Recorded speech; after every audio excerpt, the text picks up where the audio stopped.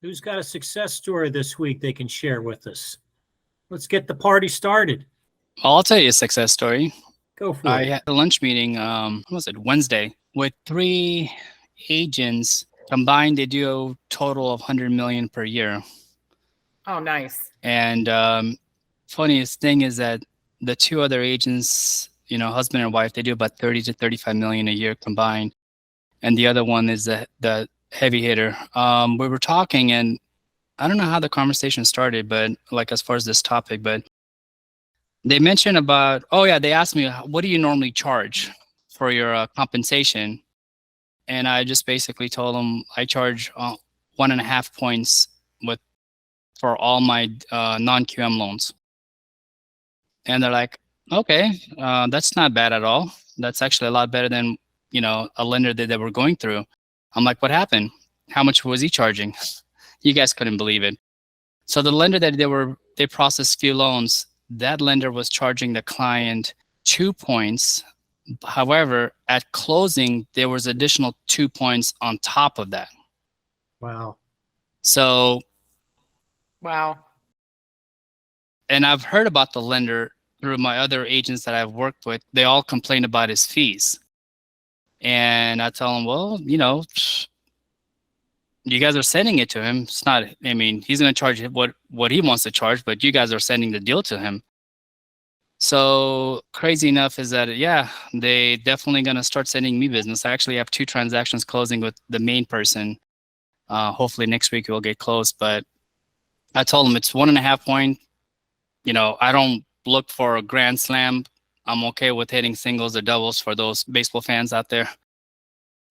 And I'm comfortable with it. And that's how I get a lot of my business, because I don't charge. 1.5 is very low for non-QM loans. And if someone trying to lowballs me to 1%, I stick to 1.5 no matter what.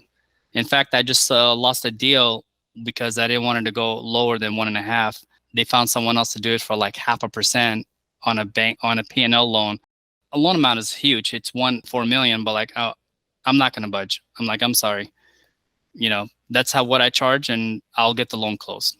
Zach, what do you charge for regular, conventional loans? Do you stick to the 1.5? You sometimes you bump up. Oh, you're in California. You can't charge more than 1.5, can you? Oh, we could charge more than 1.5. Okay. Yeah, we could charge up to, I believe, 3%. On my regular conventional loans, if I go lender paid, which is very rare, I'll do it if the loan amount is very small, which is like around 200 to 300,000. But other than that, I always charge 1.5 points no matter what. Okay. I think that's a fair amount for the buyer, fair amount for me, and the amount of work I put in. Right. Where's Patrick? Maybe he's wheeling and dealing. Maybe. Twan's not even here yet. I had a lesson learned episode this week I'll share with everyone that unfortunately I lost a deal, but we'll see if the buyer comes back. But I had a situation, it was under contract, and it was signed on June 5th, and it wasn't supposed to close until August. So we were way out, and I wish the buyer would have spoken to me, because I could have helped her in negotiating, because her real estate agent didn't do any favors to her, because I didn't want, we didn't want to lock in at 75 days. Otherwise, we would have had a high interest rate, and she could have used that as negotiating. But regardless, just this week, the buyer, she wanted to go with the complex's lender and said everything's organized, and they've even got my assessment fees already baked into the loan. And I said, whoa, what are you talking about, Jody? What do you mean monthly assessment fees? She goes, yeah, there's monthly fees here. I said, it's not in the contract. So the listing, or the buying agent, when she sent me the contract, there was no monthly fees in there. Now, unfortunately for my buyer, those monthly fees made her DTI too high. So the deal got, nixed. But I guess lesson learned is, even when we get a contract and it's a single family residence and we don't think there's any monthly fees, check the NML, check the listing that the selling agent has, because that'll show the monthly fees. Or also just ask the listing agent, but we could have avoided that from the get-go. This is what I normally do. So whenever I get a purchase, I automatically check on Redfin or Zillow. Okay. And that normally gives me the HOA fee if it is a condo or townhouse, and any other information that I need for the property, such as, year built and if it's attached or detached. So that's a good indication if you want to, whenever you get a purchase, and if it's a townhome or condo, or even some single family residents will have an HOA fee. So always double check the property. Just don't rely on the agents, because a lot of times agents are just lazy and they just don't want to include it. Yep. I do one other thing also. I pull the county tax records to make sure that the monthly tax fee will work with the whole deal, so it doesn't kill it. Are you referring to refinance? Because purchase is going to be based on the new price. Well, not in Washington State. Washington State, it's just the taxes are what they are per county. No, I'm talking about not the percentage. I'm talking about, so for example, if I'm buying a property in Washingon State, Yeah. and let's say I buy it, the previous owner had bought the property for $400,000, and the tax rate on that property was based on a $400,000. But if I'm buying the property for $600,000 now, the new tax should be based on a $600,000, not based on a $400,000. Yeah, that's not how it works in Washington. In Washington, it's based on the tax assessed value per the county website. They come up with an assessment every year. Oh, that's interesting. Yeah. And that's kind of sucks for people that have bought properties in the past, because now their property is being reassessed based on the new value. Yeah, it's assessed every year, so it's kind of a pain in the ass, right? Mm-hmm. Looks like Patrick Antoine's not here. Okay, well, since I'm already babbling. Yeah, it looks like you're running it. Anyone with a win for this past week? Hey, Zach. How are you? Hey, Tony. Good. How's it going? Good, thanks. Yeah, I would say a win this week. I did visit some realtors, Okay. knocked on doors, etc. in my community. Some realtors I already knew, but I just reached out to them again, and reintroduced myself, a loan factory, etc. So I visited like 10. It was like 10 realtors. Out of that, I got 2 applications. Not bad. I mean, out of those visits, so that's the win for this week. And piggybacking on Marissa, here in Georgia, it's the same way with the taxes. Every time I get a purchase contract, I go to the county website, and it'll give you the up-to-date taxes. And that's what I use. Homeowners, of course. Sometimes what I do is if I cannot get the information, I email the title company and just keep on contacting and say, hey, what are homeowners insurance? They have all that information as well. They could find it for you as well. So, there's different avenues we could use. That's good. So now that you've realized that you've got some experience as far as going to the realtors, so just multiply that. Do 10 a week. If you get 2 agents or 2 leads out of those 10 agents, that's about 8 a month. You convert, half of that, that's 4 loans for you. So at the end of the day, it's a numbers game. The more doors you knock, the more realtors you talk to, the more chances you're going to receive a client that's looking to buy, or even possibly nowadays, the clients that they worked with 6 months ago or a year ago, they're looking to refinance. So it's all about numbers game. There's nothing to it. I mean, everything is it's a matrix. Yeah, that's correct. One more realtor, I forgot to tell you this, last night reached out to me on LinkedIn, bilingual, Spanish speaking, since I have my profile that I speak Spanish. He was asking me if I could help him. He works for Century 21. Mm-hmm. And he not too far from here, about 35 minutes from where I live. So he wanted to know if I could help him with ITIN, the tax ID program, which I said, of course. They're not easy. They're not easy. There's a lot of work they have to put into them, but I said yes. And he said, I have this. This was his words. We have a meeting next week. I'm going to his office. He said, I have 200 ITINs on my CRM right now, just sitting there. So that's a gold mine. I mean, I said, dude, hey, we're meeting next week. I'm going to his office, and we'll just, scrub them up or whatever we're going to do. So this is what I will do if I were you. This week, especially as soon as we finish this call, reach out to every single lender that we have that does ITIN. Yes. Get yourself very familiar with matrices. Mm-hmm. Get yourself familiar with everything that has to do with ITIN. Become a professional. Yeah. So by the time you get to their office, you literally know how you will underwrite the file right on the spot. Yes, I agree. So, I mean, yeah. it's Oh, definitely. That's 20% down payment. That's, you know, I normally tell people 20% down payment depending on their profile, and we could go from there. But I've closed ITIN before, you know, 20% down mostly, 25% down mostly. Yeah.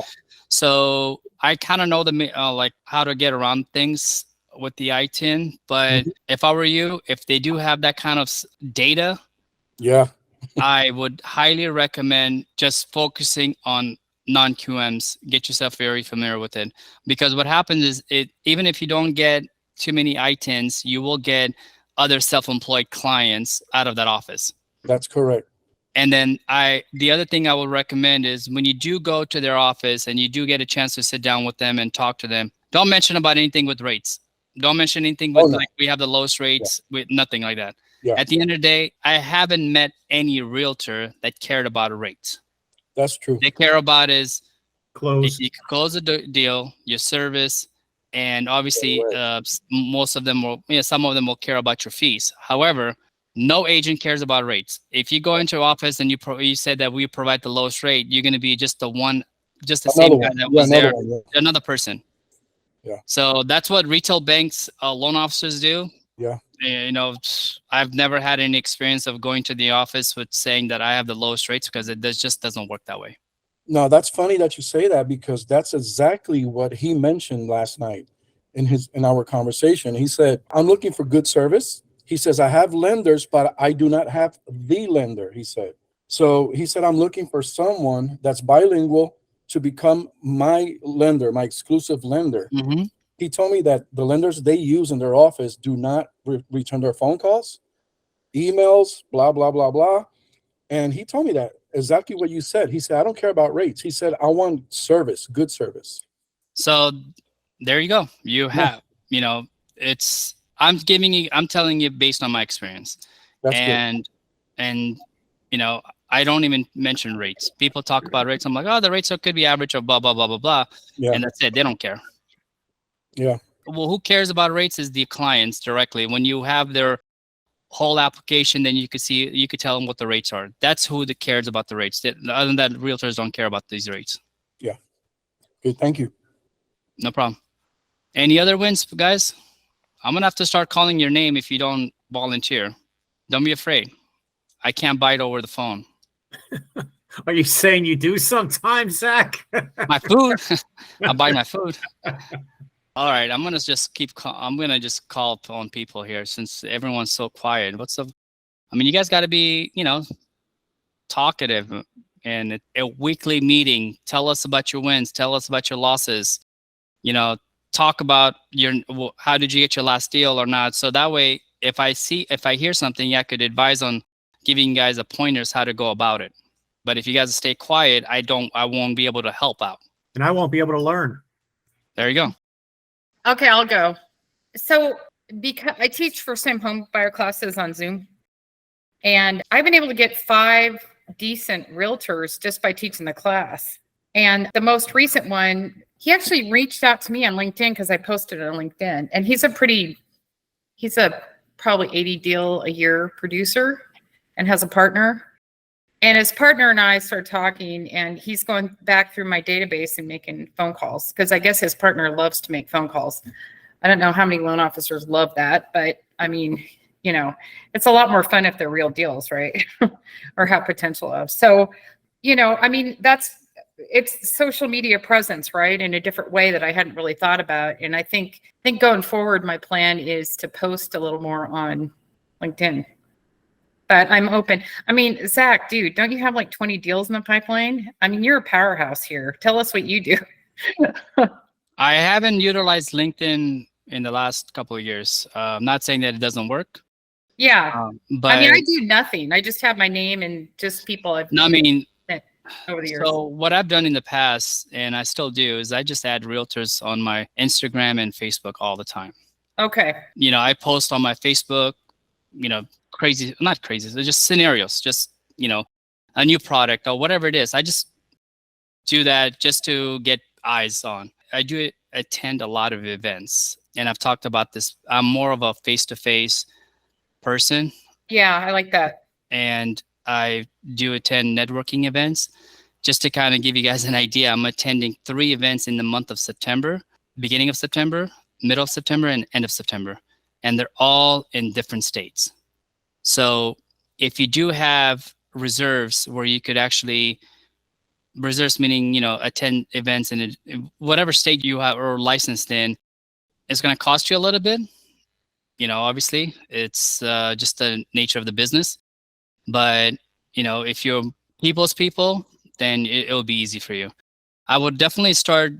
What I used to do is attend a lot of open houses. It's funny because every week I'm basically repeating myself as far as attending open houses, but it really works. And I'm saying that because I've experienced it, and half of my business comes from agents that I've worked with that I've attended their open houses.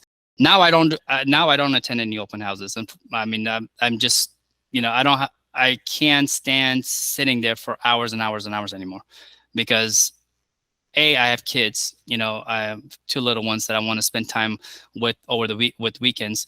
But just because, and my realtors, when they have open houses, they don't even tell me anymore.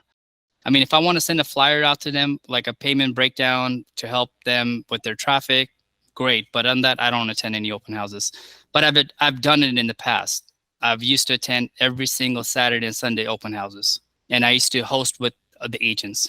And that's how, my relationship has gone strong with them, and they start sending me business. Brandon?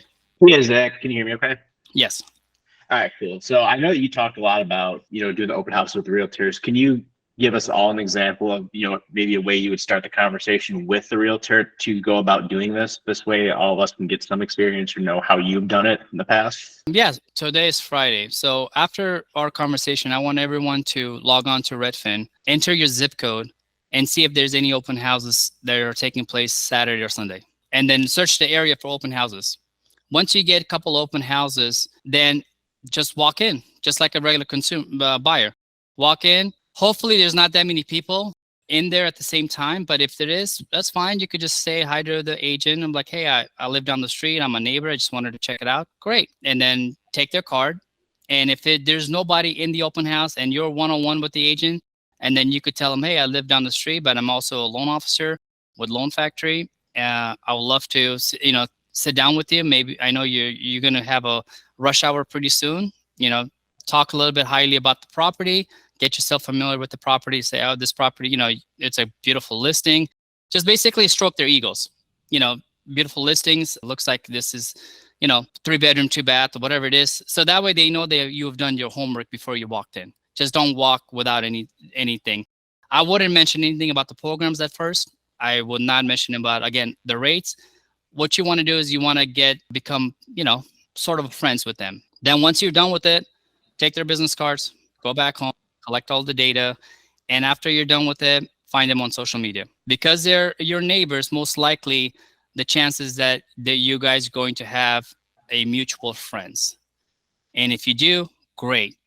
Once you do that, then shoot them a quick email. Say, hey, by the way, it was a great. I hope your open house was great. When it's priced really well. I'm pretty sure you're gonna sell it in this market really quick. Let me know when there's the next open house you have. Maybe I could sit down with you and co-host with you and help you out. That's how I went about it.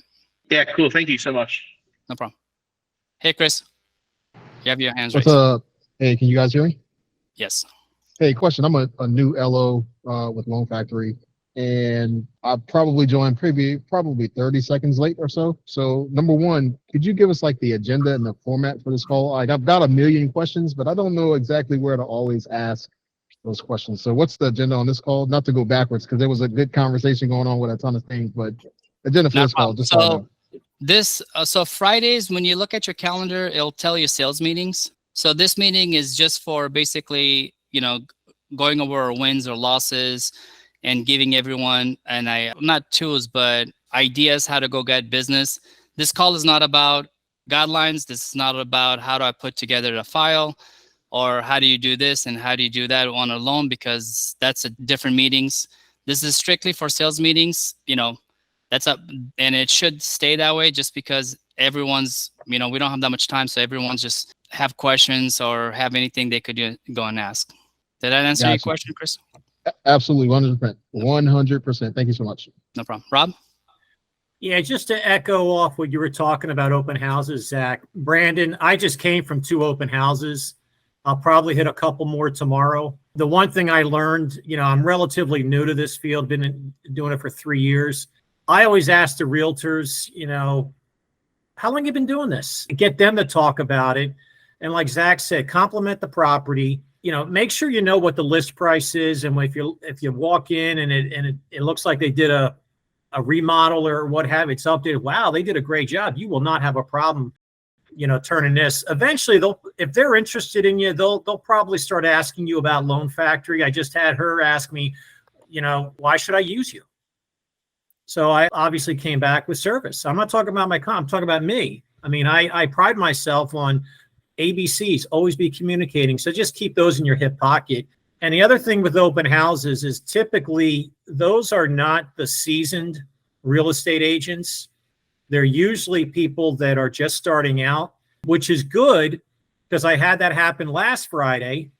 Now, her colleague was there, but she was new to the field. So I reached out to her a couple days later and we were talking for 45 minutes.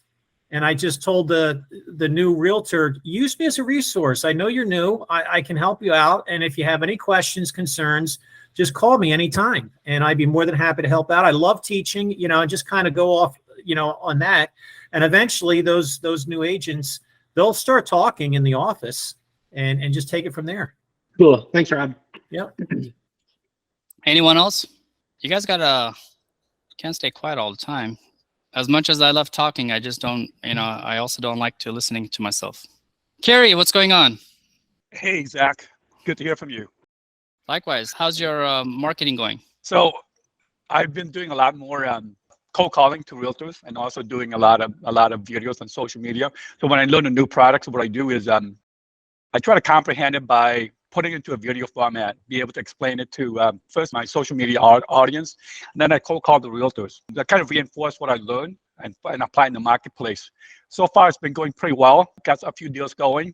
Also, at the same time, I'm learning these new products. So it's taking me a little bit more time to work with my team and working with the product and working with the account executive.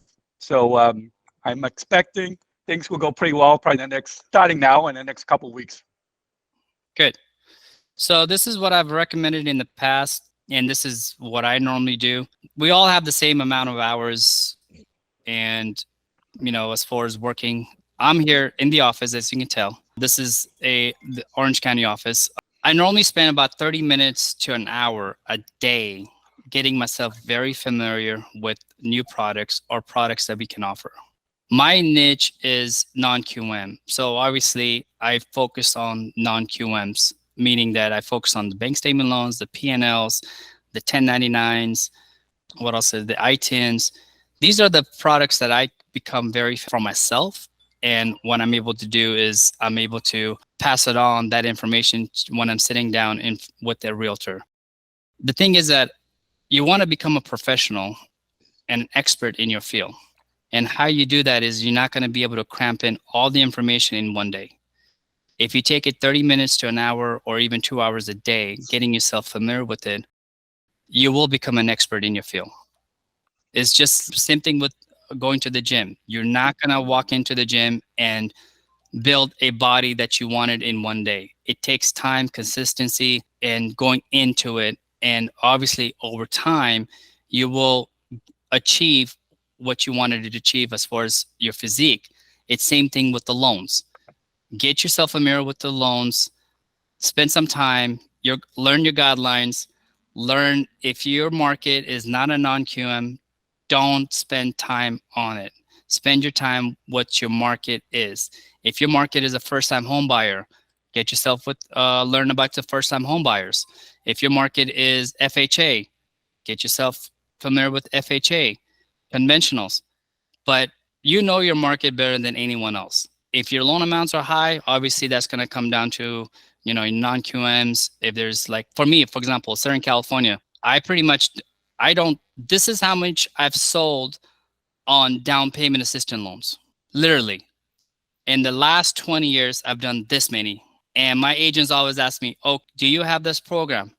Yeah, I do, but I don't market it. They know that I have it. And if they have a client, I always convert into, doing FHA loan, putting 3.5% down, because I don't know anything about, I know a little bit about down payment assistance, but I could care less because that's not my market. And if your market is that, focus on that product. And then that way you could go out there and talk to people and they will know that you're an expert. Chris? Hey, just to follow up on what you were just talking about, what do you do specifically to go through and research these different products to get your knowledge base up on the area that you really want to focus on with your business? Is there any specific document, or are you reaching out to the AEs, or are you doing a combination of things? What specifically are you doing to get your knowledge up? I literally I reach out to AEs and I ask them to send me their guidelines and their matrices. And then I read up on it. And if I have a question, I'll just call the AE and ask them or email them. Got it. Perfect. That's exactly what I needed. Thank you so much. No problem. Hey, Zach, that was a great question that Chris asked. Because I think we have so many products. How do we focus like which product to like spend our time on and then market that product, right? Yes. So for me, I think by talking to like borrowers and also real estate agents, you kind of get feedback from them. And then based on that, you find like which product that you can get one business going right away. It could be non-QM, it could be FHA, it could be VA, it could be conventional. You just want to get one deal going first. Once you get that one deal going, everything kind of flow a lot better after that. So the key thing is, I think, the product could be FHA. It could be like, for me, I started out with the down payment assistance. And from there, I think it opened me up for new opportunities. And then I keep like figuring out, talking to more realtors, talking to more borrowers. And then I keep on expanding my knowledge from there. And that's how I learn also. So the whole thing was that I'm not saying not to learn. I'm just saying, yeah, based on what your market is, Kerry, we're in the same market.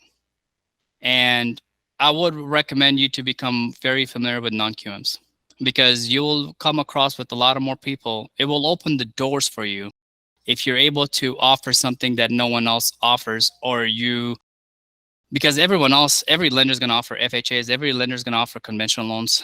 I'm just specifically talking about Kerry because he's in my market.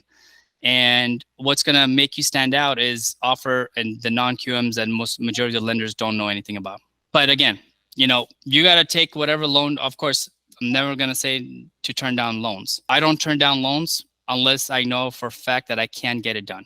And that's another thing I would tell you guys, is because when you become your expert in your field, and let's just say, for example, if a realtor comes in or talks to me and gives me the scenario of the client, tells me, can you get this loan done? While he's talking to me, I'm already processing in my mind which lender is going to do this loan and how am I going to get this loan done, just because I've done a lot of them. And if I can get it done, I'll tell them, look, it won't be done this way, but I do have a solution for it. And if you don't have a solution, tell them, unfortunately, I don't see it happening this way. We may need this and this and this, because what's that going to show to the realtor is that, hey, you know your stuff. B, you're very transparent upfront. And if you don't know, you tell them, look, guidelines have changed a little bit, do my research, and I'll get right back to you. Also, do your research. Don't just take any loan up front and say, I could get it done. Because believe me, it's going to bite you in the rear right away. That's the worst thing you can do. Exactly. I know. Oh, Ty, you had some questions? Yes, Zach. So would you recommend go talk to the AE instead of the underwriter? Like if we have any question at all, right? Well, questions, if you have a file already with the lender, that's a different story. Mm-hmm. But if you're trying to learn your products, the underwriter's not gonna don't have the time to talk to you. They have so many files to underwrite. And they shouldn't talk to you because there's no conversation on a particular file. Your AE is your resource of learning the products that the lender is offering. That makes sense. Thank you. Lisa?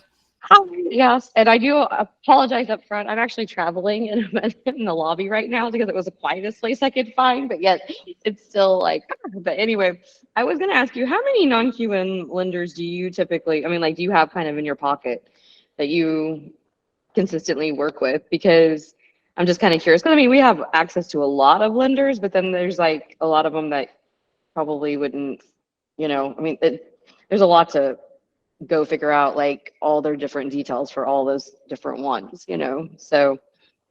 Got it. So as you start sending deals to the non-QM lenders, you got to learn who are the easiest ones to work with, or who could make exceptions. I use 3 or 4, and just depending on the file. For Okay. majority of my non-QMs, I go to forward lending because, I knew one of the owners or one of the, CEOs. So if I have any problems, I've met with the underwriters in the past, and I know they'll get it closed, basically. I use LoanWise for, again, it all depends on the type of loan you have and getting familiar with the guidelines and what they require. And that's basically it. There's a new lender that came with Logan and told me about 𝐅𝐅𝐅𝐈. Their rates are pretty good with the non-QM, which I'm going to test them out because I have a client that's very rate sensitive. So I'm going to be sending a business to them. MK Lending is another one they have a different product that only them and another lender has, is basically based on the property address. But other than that, I don't work with any lenders that are conventional loans.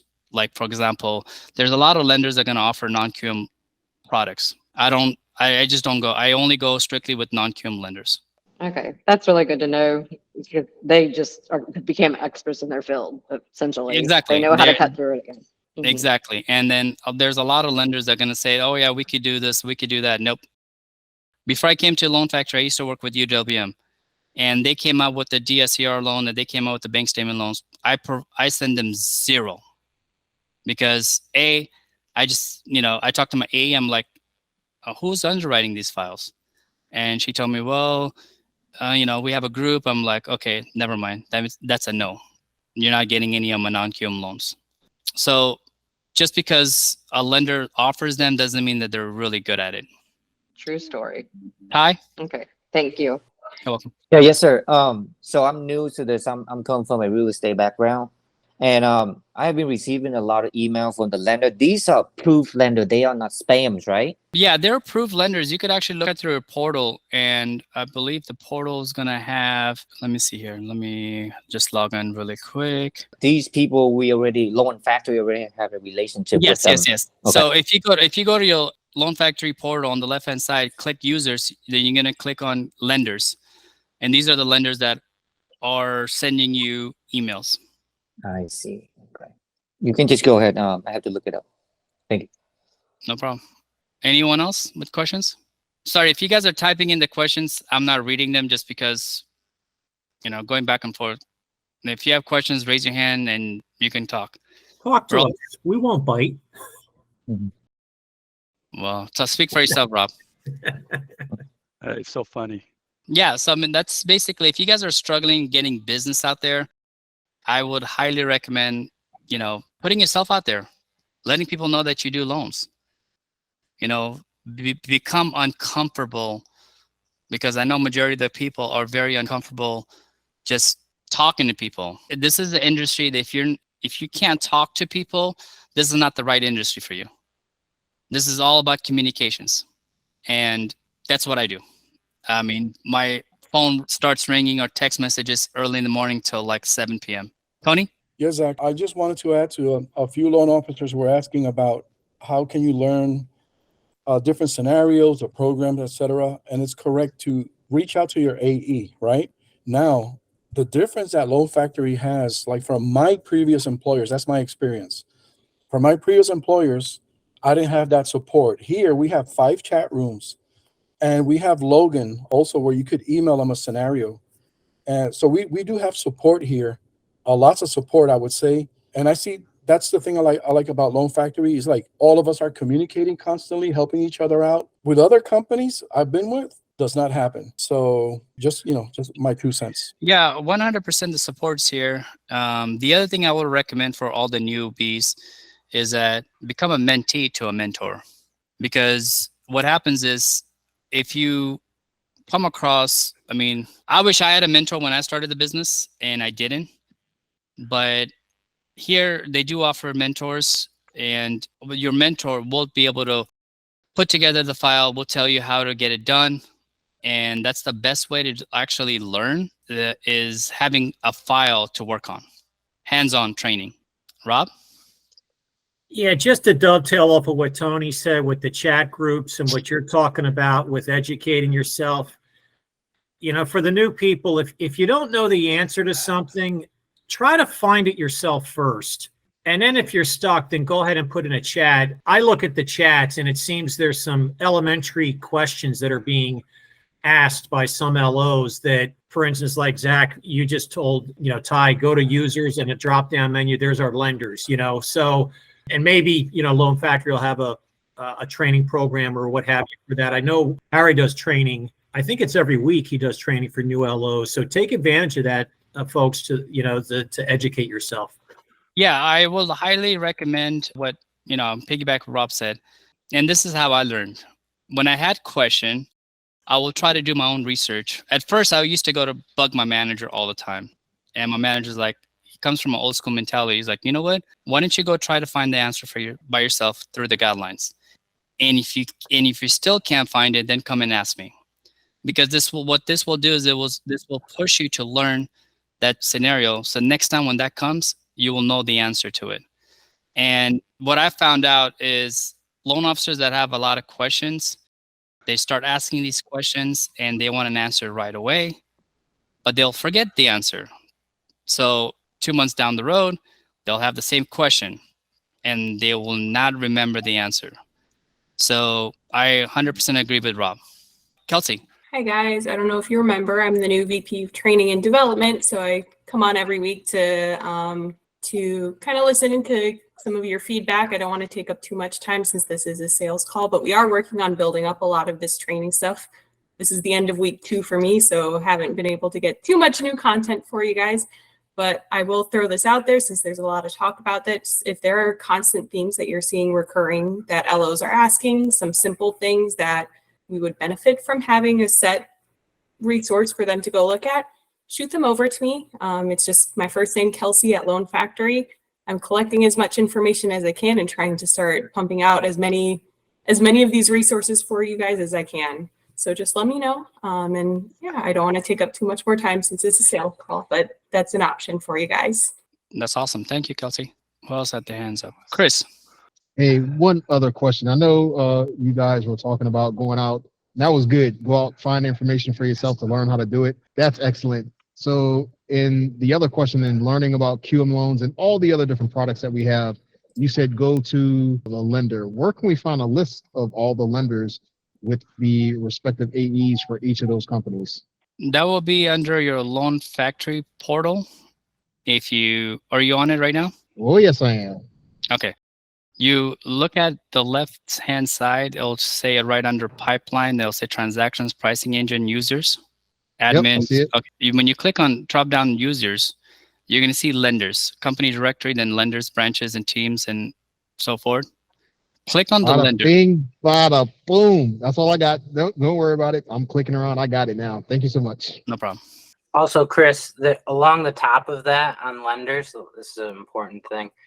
There's a way that you can search different loan products and the lenders that offer those products, because I see that's a big question that always pops up, but you can search specific loan products along the top of that page. I see it. The filter. Perfect.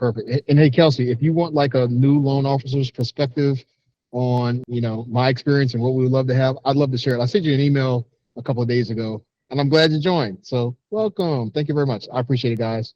No problem. Any other questions, guys? Anyone awake?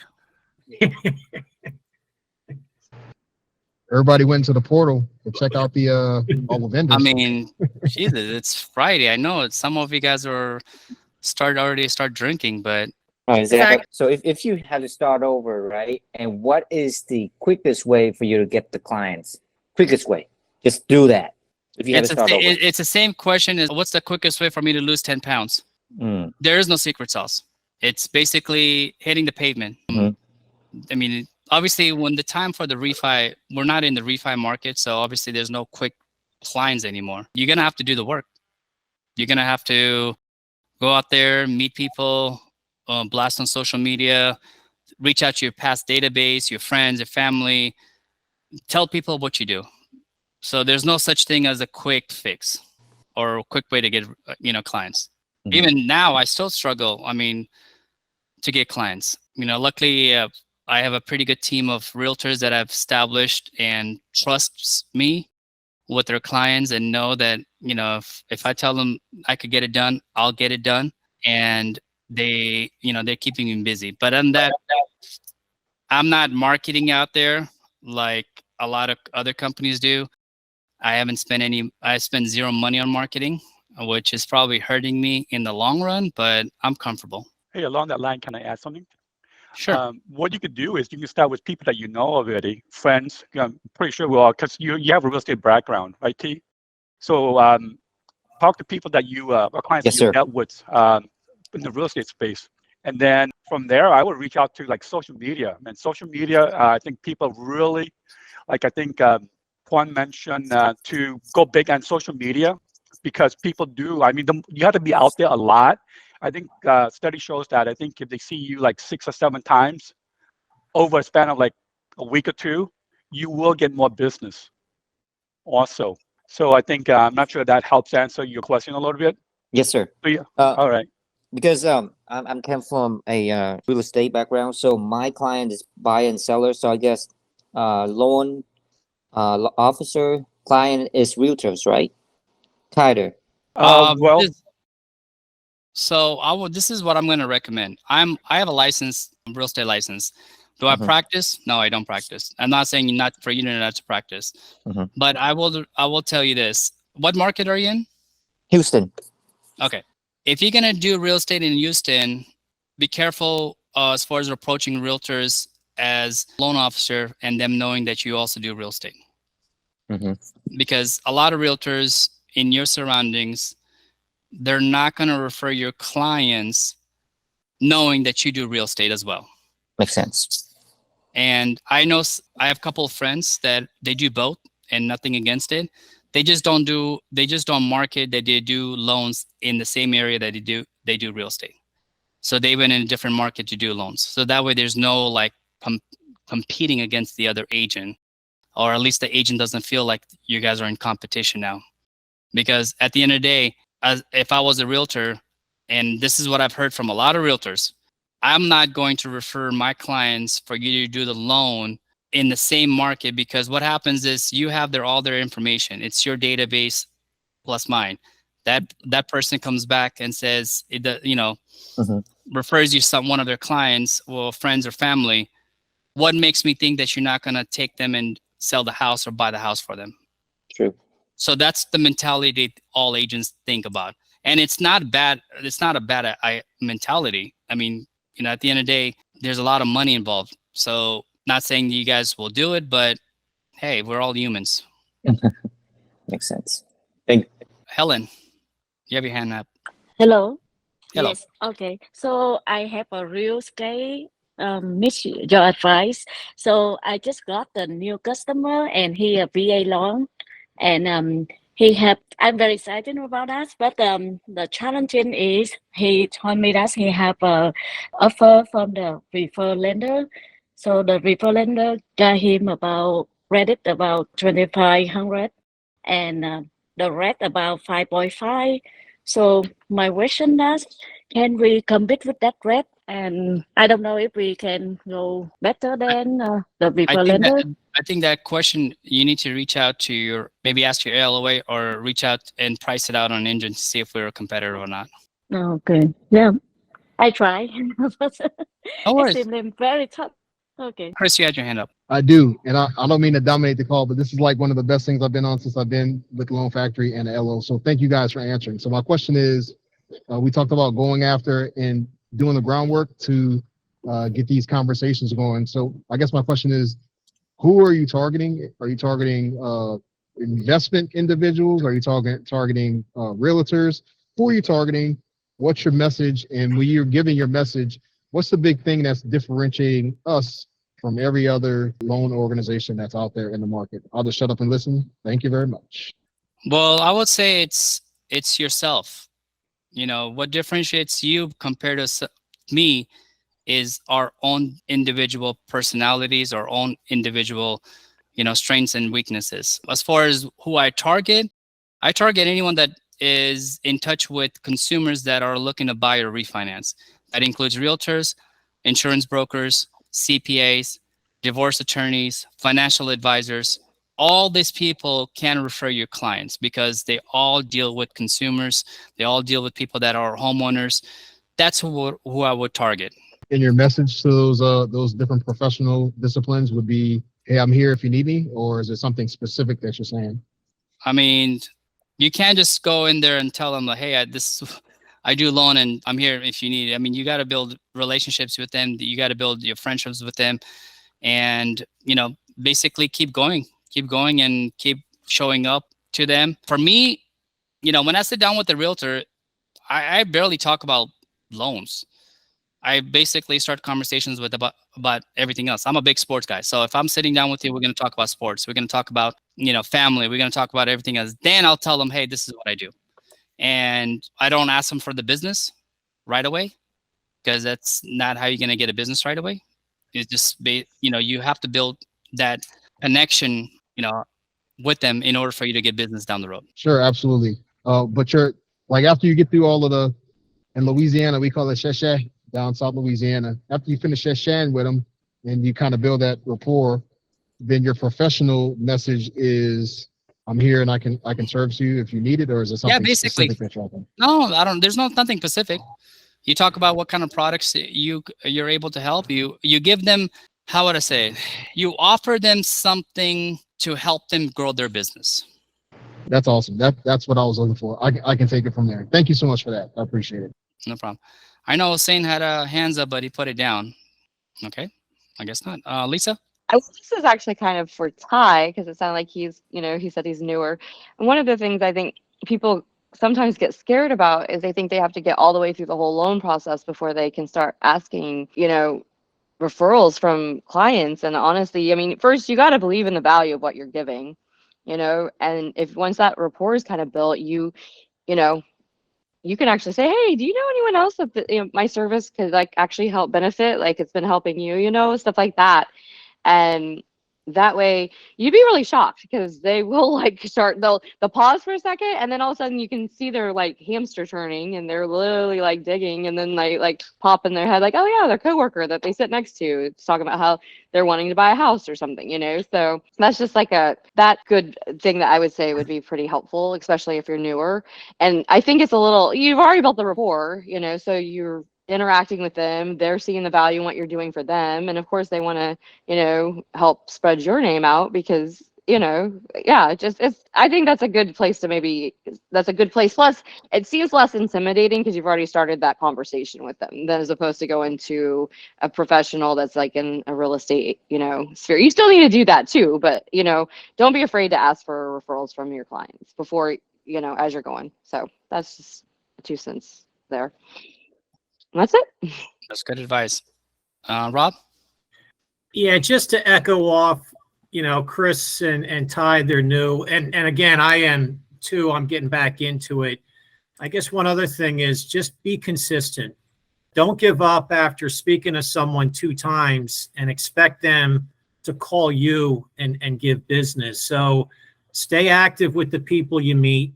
Doesn't mean you have to call them every week, because they may not like that, but give them an email, give them a video, text, or whatever, and call them every month or what have you, just to stay in contact with them. Because there's a marketing company out there.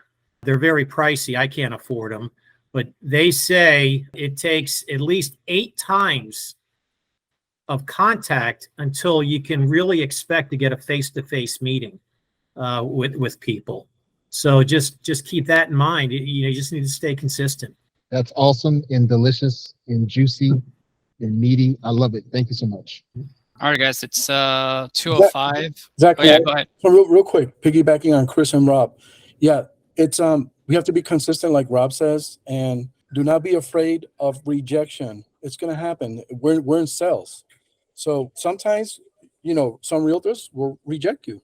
That's just part of the business of you know, being a loan officer. So I'm a single guy. I'm used to getting rejected all the time. so, you know, if we get rejected from a realtor, there's more realtors out there. So, you know, so just be consistent, like Rob says, and don't give up, because sometimes, you know, we'll say, oh, bummer, you know, then we're like, I don't know if I want to do this. No, just keep on, you know, pushing through. One thing before I let you guys go, because I have to go back to work, I will recommend in updoing, don't sit with the realtor without knowing your guidelines.